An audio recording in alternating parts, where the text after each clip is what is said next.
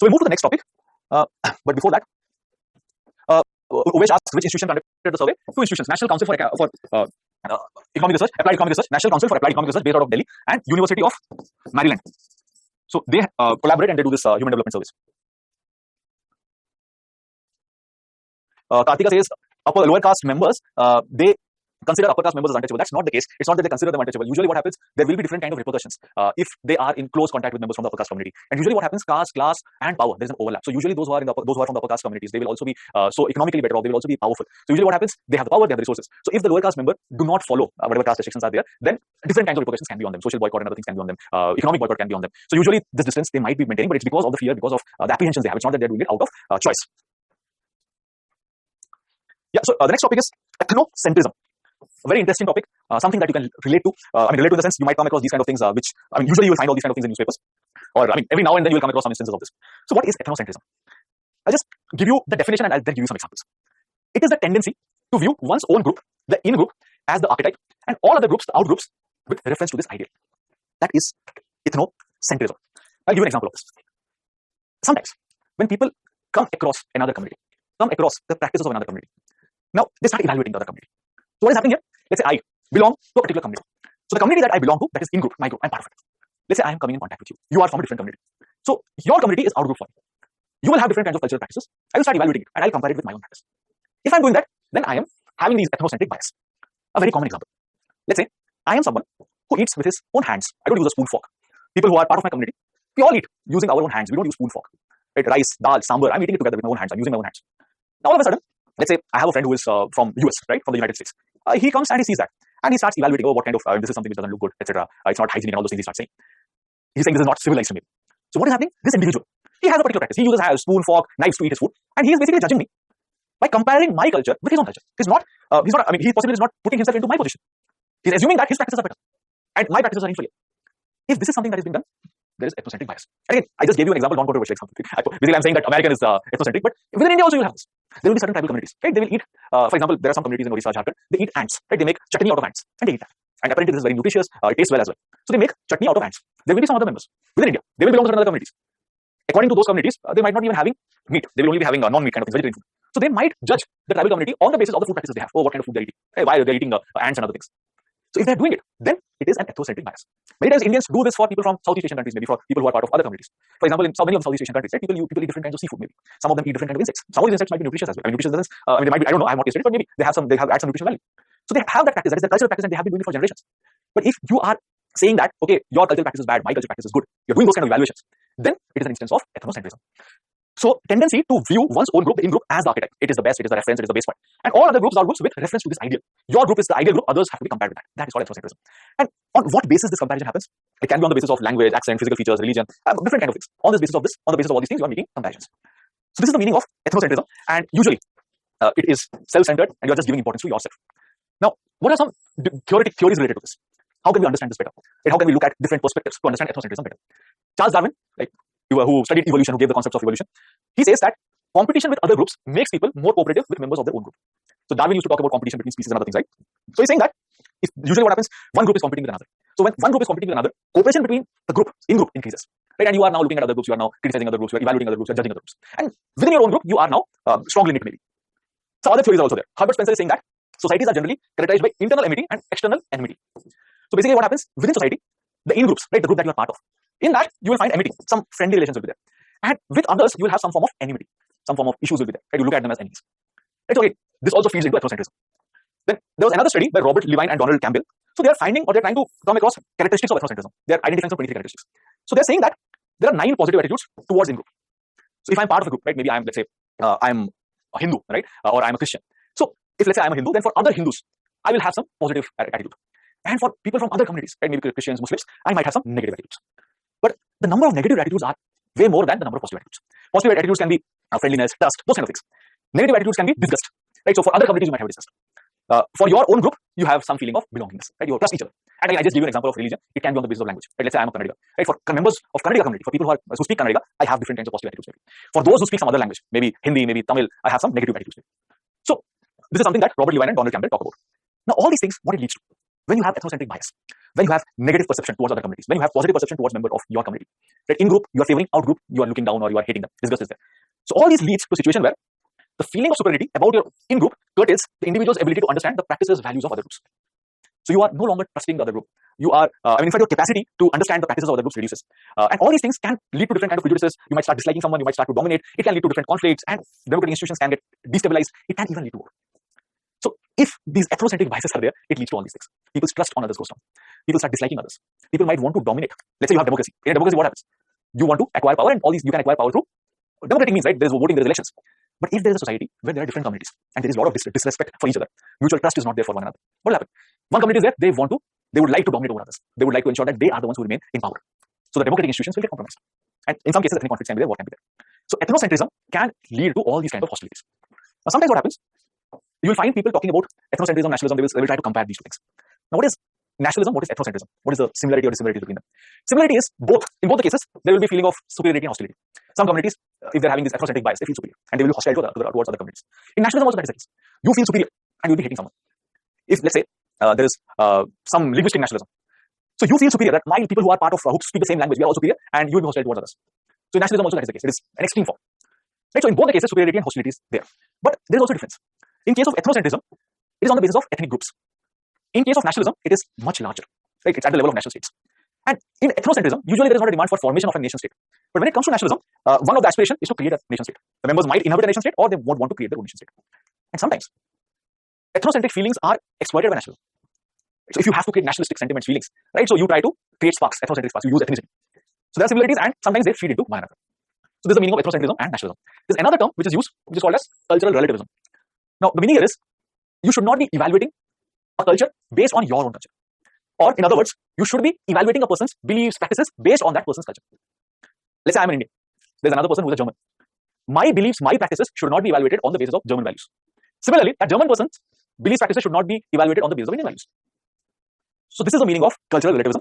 And Franz Boas talks about this, and he says that Western colonial powers, they propounded cultural superiority of the Western civilization. So they used to say that Western civilization is superior, and they have superior practices. The civilization is at a higher level. The Asian societies, the African societies, the Asian communities are at the lower level. All this was used to justify colonialism.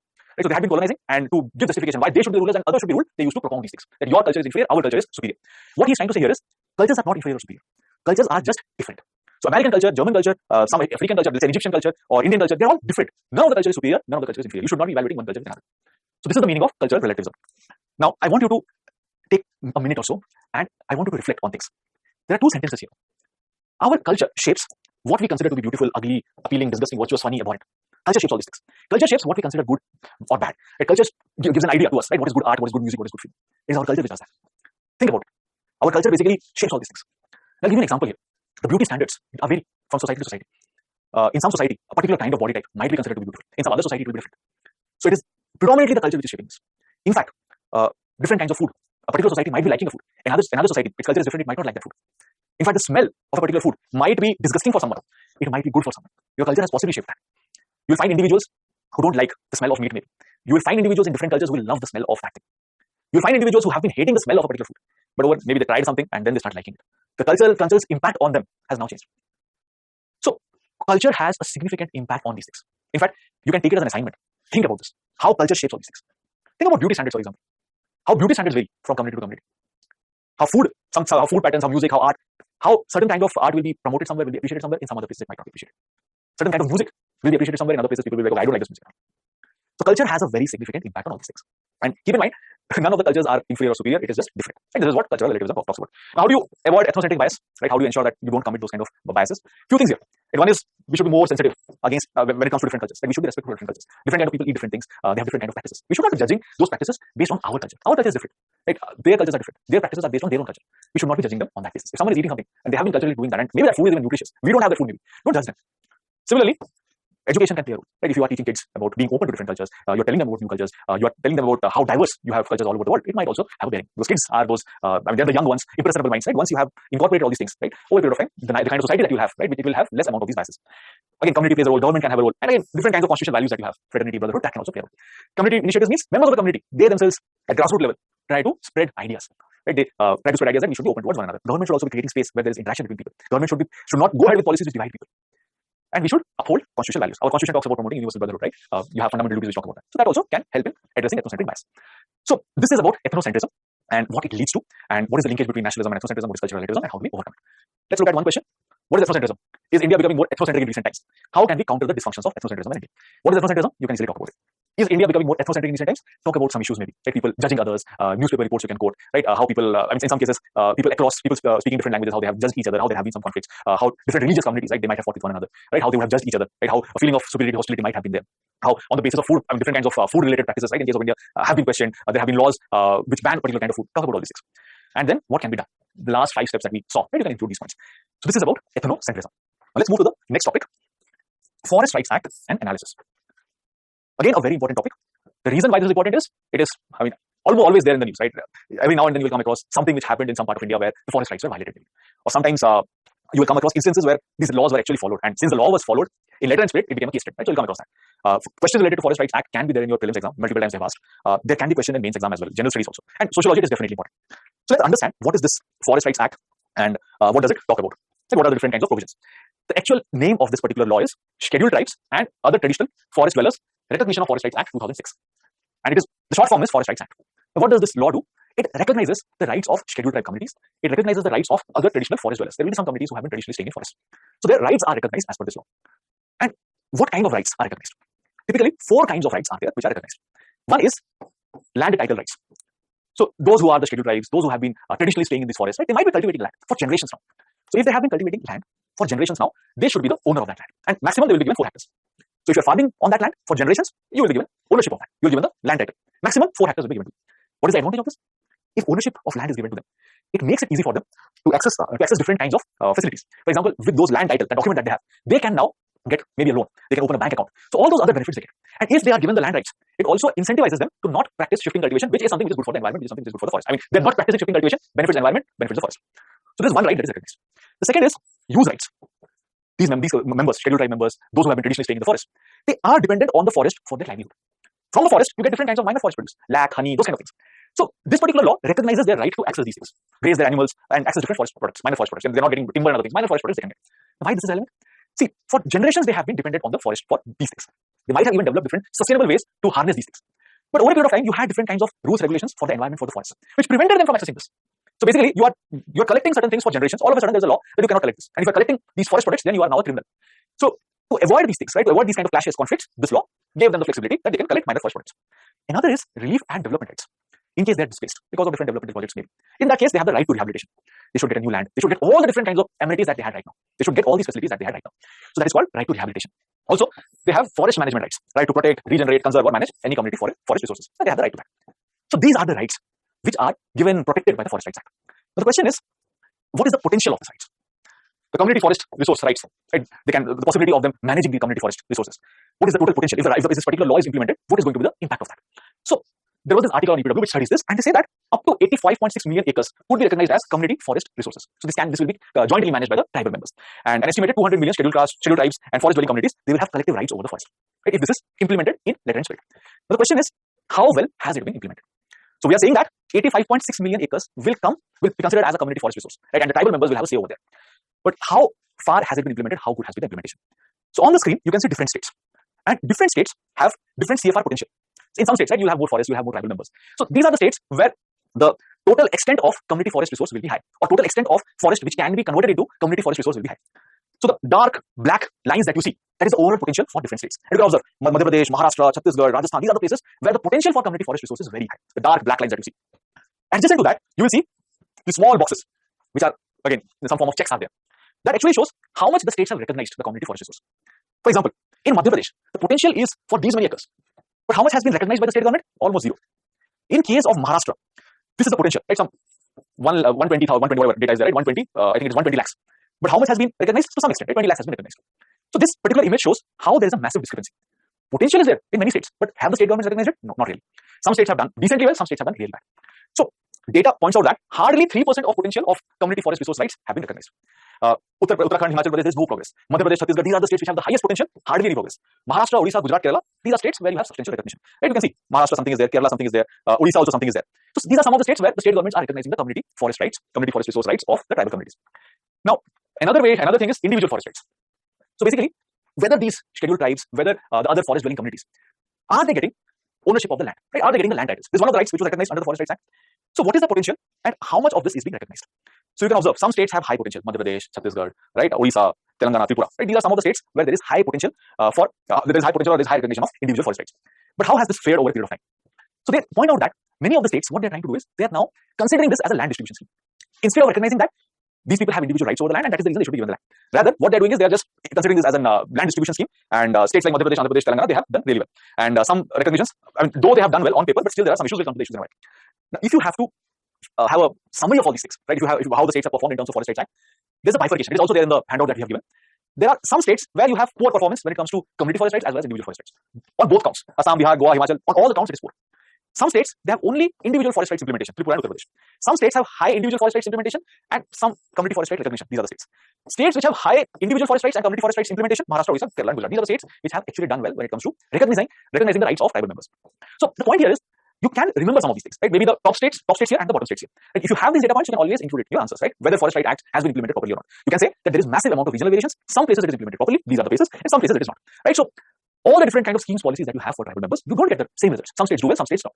But the question is, why there is such massive variations? Why large part of India, these things have not taken out, despite us having a law for a significant chunk of time. So let's look at some of the key issues here. First thing, there are certain limitations when it comes to state agencies. For implementation of this particular program, the nodal agency is the Ministry of Tribal Affairs, based out of Delhi. But the Ministry of Tribal Affairs does not have enough staff, it does not have enough resources. So it makes it very difficult for it to implement it. Second thing is, who all are involved in the implementation? The different tribal departments in the state governments.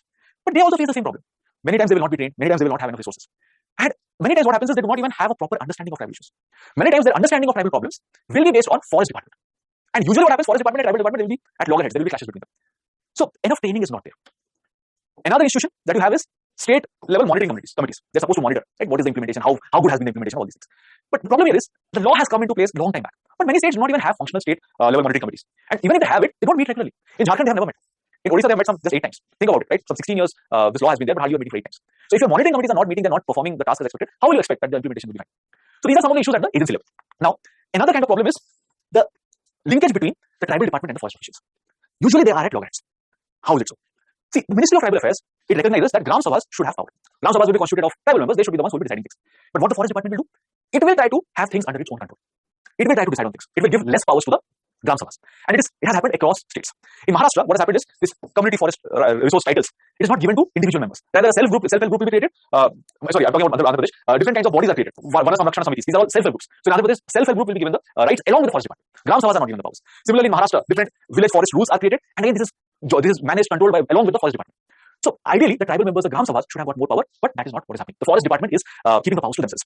Apart from that, sometimes you have the Ministry of Environment, Forest and Climate Change. They will have its own interventions. They will have different kinds of rules which will simplify diversion of forest land. So whatever land is there under forest, they will create rules by which forest can be diverted for other non-forest purposes. So as a result of it, the tribal members who are staying in the forest, they get impacted. There are different rules by which degraded forests are given to private companies for afforestation. So again, what will happen? The forest dwelling communities, the scheduled tribes, they're losing out these resources. These resources are going to the private companies. There are different kinds of laws right now. For example, you have a law according to which compensatory afforestation fund is set up. What is the idea behind this? If let's say a particular area, forests are cleared, to compensate for that, in some other places, you have to set up forests. And when you are setting up these forests, maybe you need some money for it, right? How will you get the money? Whoever got benefited by clearing the forest, right? Maybe they set up an industry there. They will contribute some amount of money. From that money, a forest will be set up in some other place. Now, in all these things, the tribal members, they do not have much. It is the forest department or someone else who is deciding. Right? So all these things point to the fact that there is constant conflict between the forest department and the tribal ministry. And again, in this case, the tribals are losing it. Another issue is the non-state actors, or not part of the state. So many times what will happen?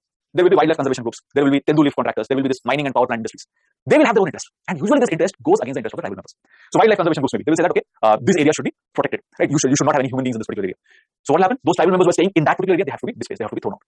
Tendu leaf contractors, right? So they will have their own business interests, which can go against the interest of the tribal members. They would want to collect tendu leaves. Tribal members are possibly collecting tendu leaves beforehand, but now since these contractors want to get the lease, right? What they will try to ensure, they will say that, okay, this particular area, no one can enter. The tribal members cannot collect the tendu leaves. They will not be able to collect, even if it is a minor forest product. So there are different kinds of challenges from the non-state actors as well. So all these are different kind of issues which act as a hurdle when it comes to implementation of the Forest Rights Act. Right? So if you have to summarize it, first understand what kind of rights are being provided. Then try to understand what is the total community forest right potential, what is the total individual forest right that is being recognized. And then see how, there is discrepancy, right? The community forest right potential is huge, but how much is being recognized? Individual forest rights are being recognized, but again, maybe there are many other issues.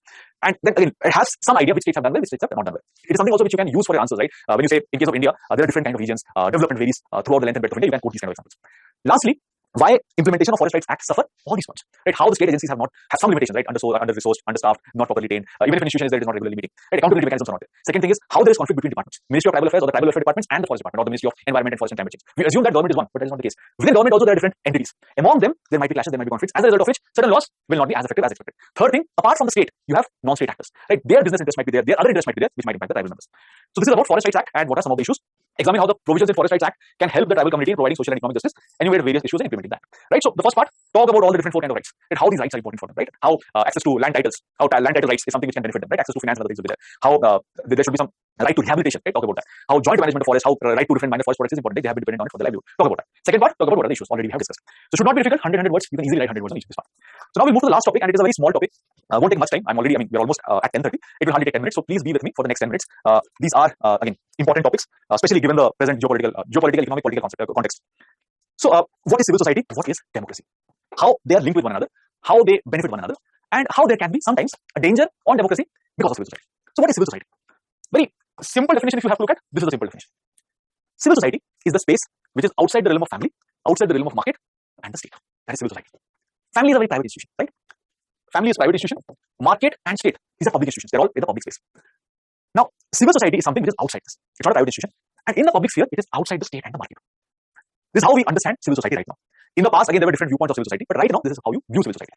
So basically, academic institutions, non-governmental organizations, cultural associations, cultural organizations, students, university members, right? So they are all part of civil society. The different intellectual groups that you have, they're all part of civil society.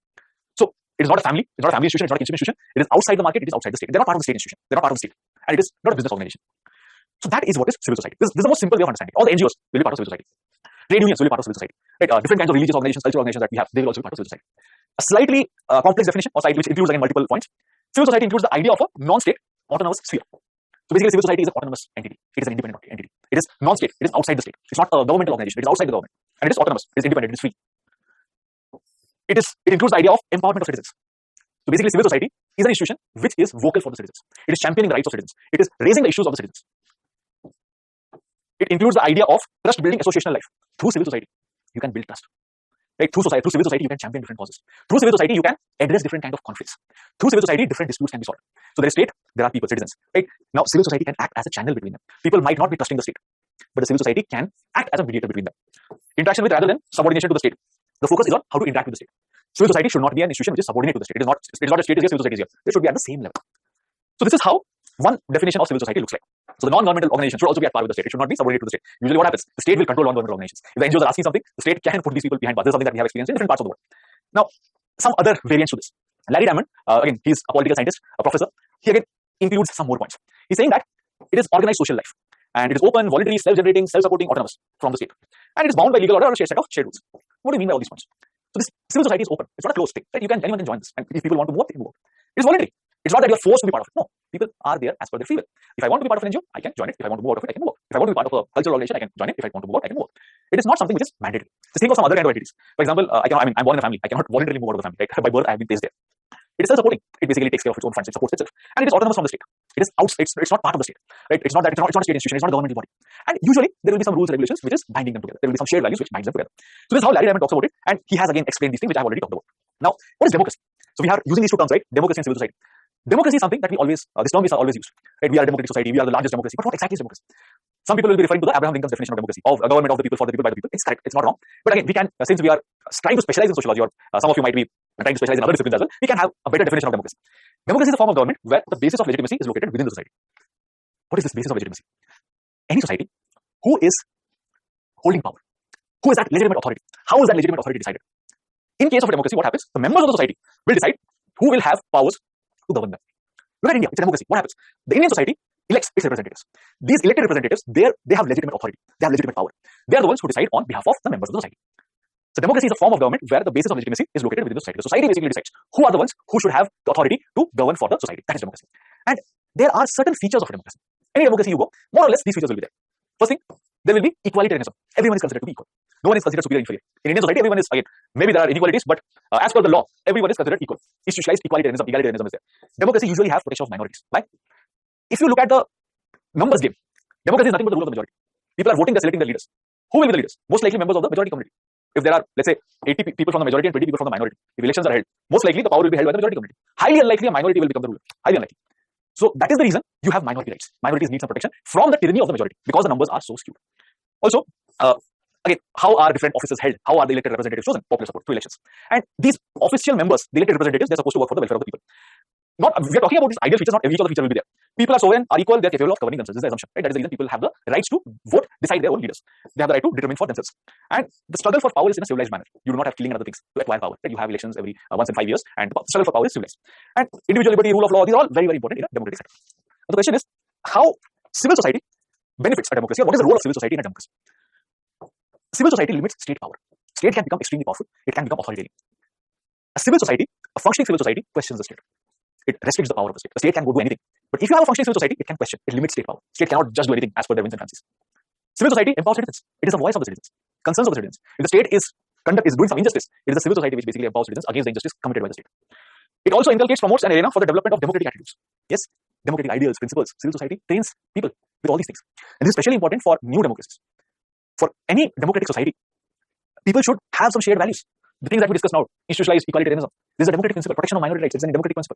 Civil society promotes all these things. It trains the members with all these things. It also gives avenue for political parties, organizations. Many times you will have members of the civil society over a period of time becoming members of political parties. Many times who are active in the civil society circles, they start new political parties. In case of India, also, for example, the entire AAP and other political parties, the leaders of AAP and other political party, they were all civil society members, right? So they were part of different NGOs and they participated in the India Against Corruption movement. And over a period of time, they formed political parties.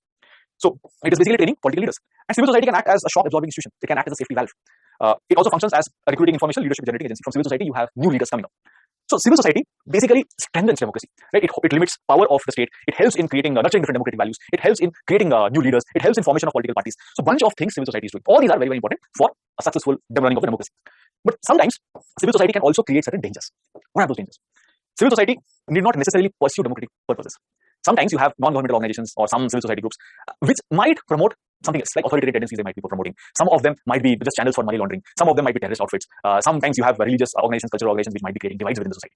So not always they will be promoting democratic purposes. Sometimes they might draw away from democracy as well. Also, sometimes ill-equipped government agencies cannot handle civil society inputs. Civil society is doing its work, but you might not have proper government institutions who can take their inputs. So in that case, whatever inputs they're providing, it might not work. And in fact, it can lead to status frustration as well. Civil society groups are demanding something, but the government institutions are not able to fulfill that. Sometimes the civil societies get benefits from the state. Many times NGOs are funded by governments. But when they're funded, it might also lead to a situation where they're becoming corrupt over a period of time. They become corrupt, they don't use the money as they're expected to use, and again, they might benefit their own members. Sometimes there can be inadequate representation from different communities. You will have some cultural organizations, some religious organizations, right? They're representing the interest of maybe the majority community. You might not have organizations representing the interest of some other communities. So some communities will be at a loss, while other communities might benefit. So civil society or the composition of civil society groups might not represent the democratic fabric, democratic social fabric. And sometimes civil society might not even have internal democracy. Basically, within the civil society, ideally, right, people should have, different members should have their viewpoints, there should be regular elections or whatever to select their leaders, but that might not be happening. So if they're subverting internal democracy, how are they going to strengthen democracy outside? So these are some questions which are raised. These are some of the dangers, democratic dangers of civil society. So this is about civil society and democracy. So how civil society is important for democracy, how it nurtures democratic ideas, values, principles, how it limits the power of the state, how it can be a stepping stone for political parties, political leaders. At the same time, sometimes civil society poses different kinds of democratic dangers. So the question for this section, critically analyze the role of civil society in strengthening the democratic credentials of any country or our country. So just talk about all these points. Also, you can talk about certain reports. There was this intelligence bureau report which pointed out that some of the civil society organizations might be involved in anti-India activities, anti-national activities. You can talk about all those things. Some of these civil society organizations might be promoting extremist tendencies. They might be promoting communal tendencies. You can talk about that as well. I mean, whenever you're using this, quote some media reports, quote some institutions. So this is about the last topic, the civil society. And with this, we will wrap up our discussion. So in case you have questions, you can add. I mean, you can just put it in the chat box. Yeah, Kartika says sometimes they're controlled by other countries. I mean, in case they're controlled by other countries, just try to provide evidence for the same, right? Maybe, I mean, you yourself might not have evidence because you won't have that data, but maybe you can talk about certain reports which mention these things, right? So that way your answer will be more credible. Any other question that you have, you can put it here. I'm here for a few minutes more. Yeah, my email ID is Sarthak Byju's19 and it is at Gmail. Right, so in case you have anything, but yeah, I mean, subject experts are also they are also competent trained enough to answer your questions. Yeah, Fatima asks, some civil societies can be a threat to internal security. Yes, they can be a threat to internal security. Maybe, for example, like some of them might be promoting some extremist tendencies. Some of them might be involved in money laundering. So there was this intelligence bureau report sometime back which had pointed these things. So some of them can be. So again, the answer lies in how do you regulate this? How do you prevent these kind of things? Chetan asked first topic, replay. See, the first topic was about multidisciplinarity. What is the meaning of this? How can you view one thing from the perspective of different disciplines? That is multidisciplinarity. If I have to understand a phenomenon, I can use one discipline, but I'll get only a partial picture of that. If I have to understand water, and I'm just someone who is trained in chemistry, so what I will know, I will get to know about the chemical properties of water. But if I have to understand water in more details, what I can do, maybe I will take the help of someone who is an expert in physics. That person will tell me about different physical properties of water. If I have to know more about water, maybe I'll take the help of a biologist, right? That person will tell me about how water is very, very important for different living organisms. Maybe I'll take the help of an economist who will tell me how water can be priced. What kind of a good is water? Is it a public good? Is it a common good? Economists will try to give me that perspective. Right? So what is happening here is, if you are consulting multiple disciplines, you are getting multiple viewpoints. That is called multidisciplinarity. Another thing that I talked about was interdisciplinarity. Sometimes you might converge multiple disciplines, or multiple disciplines can be brought together to come up with something new, come up with a new discipline which uses methods from both the disciplines. It can again give you even better perspective. For example, you can club sociology and psychology together, right? It can give you better perspective of things. You can club maybe sociology and economics together. It can give you better perspective of things. For example, if I have to understand, if India has to address its jobs crisis, right? At present, there are a lot of people who are not part of the labor force. The labor force participation rate is also very low. How do you address that? Maybe from the perspective of economics, you can think of some dimensions, and maybe we need to create more economic opportunities, as a result of which more people will try to look for a job, more people will be able to participate in the labor force. So economics will give you some solutions, but it might not be everything. One example is, look at females labor force participation rate. It is very low. Why females for labor force participation rate is low? It can be because of different social factors. Right? There might be discrimination against females. Females might be subjected to different restrictions. They might not be allowed to step out. So those kind of things are there. Economics might not be able to address this. A good understanding of society will be able to give you understanding of this. So if you are combining sociology and economics, you will come across some new frameworks, some new concepts, which will possibly give you more insights, which can help you come up with policy solutions to improve India's labor force participation rate. So these are the things that we were discussing as part of topic 1. Dampur asks Gandhiji's view about untouchability. Right? So see, two things here.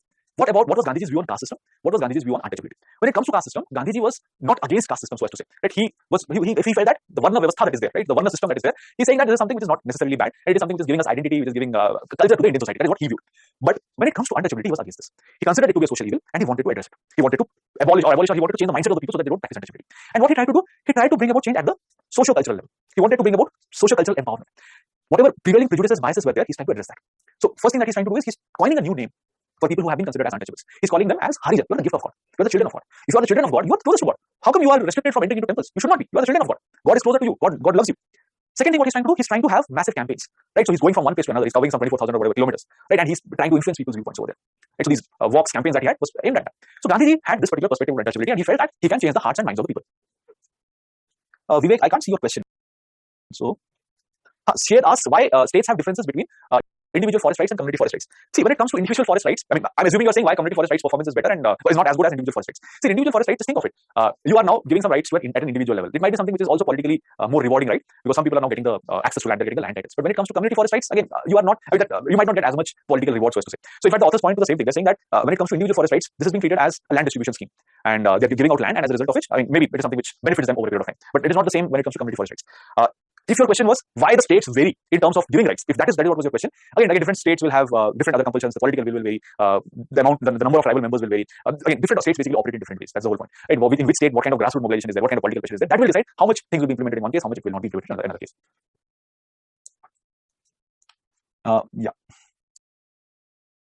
So I don't think we have any more question here. So since we don't have any more question, we can wrap up today's discussion. And in case you have any query or anything, you can always reach out to us. And also my email ID is there. Maybe in case something you have, you can reach out to me. So with this, we will wrap up today's discussion, and you can enjoy whatever is left of your weekend. Good night.